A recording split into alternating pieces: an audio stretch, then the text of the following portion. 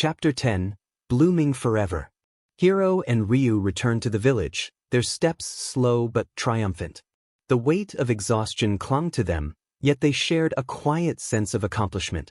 The air around them seemed lighter, and the forest whispered its gratitude with every gentle breeze that rustled the leaves. As they approached the main square, the villagers gathered, their expressions a mix of awe and relief. Yuna ran to meet them, her face glowing with pride. "You did it," she said, her voice trembling with emotion. "We did," Ryu replied, his hand brushing against Hiro's. "But it wasn't just me. Hiro was incredible." Hiro flushed under the praise but managed a small smile. "I couldn't have done it without Ryu." Riku stood at the edge of the crowd, his arms crossed and his expression unreadable. As Hiro met his gaze, he braced himself for more disapproval.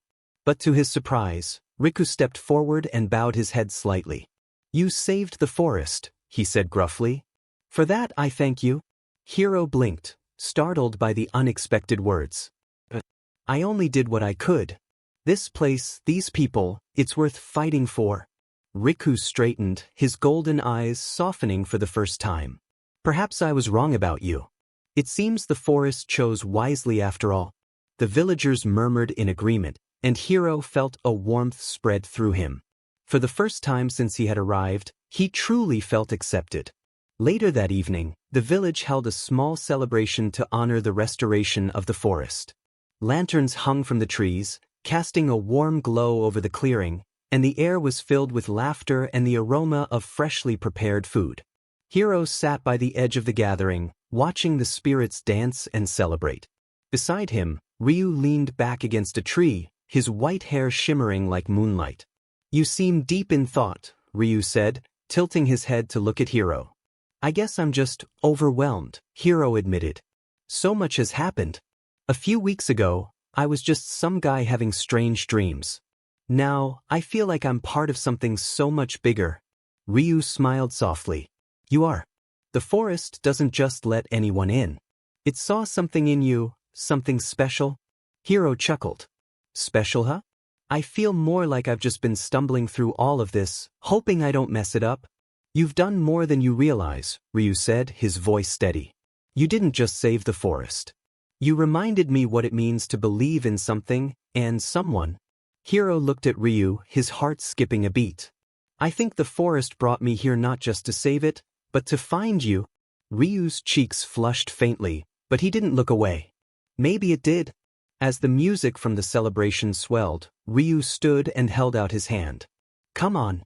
Hiro hesitated, then took his hand, allowing Ryu to pull him to his feet. They joined the others in the clearing, the soft glow of lanterns surrounding them. For a moment, it felt like the rest of the world didn't exist, just the two of them and the gentle rhythm of the forest. In the weeks that followed, life in the village began to settle into a new normal. The corruption had been driven back, and the spirits slowly returned to their homes. Hiro continued to help around the village, repairing shrines and planting new life where the forest had withered. But his favorite moments were the quiet ones, sitting with Ryu by the stream, listening to the forest's whispers, or simply walking hand in hand beneath the canopy of trees.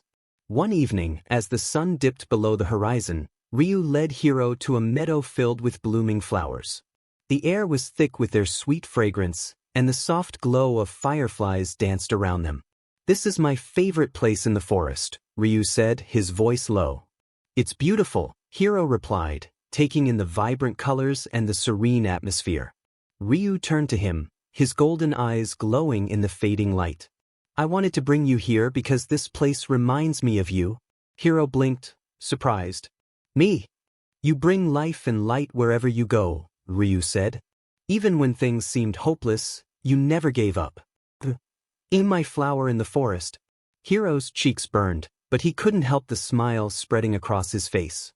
"I'm not sure I deserve all that, but thank you. That means a lot." Ryu reached out, his fingers brushing against Hiro's. "You deserve more than you know."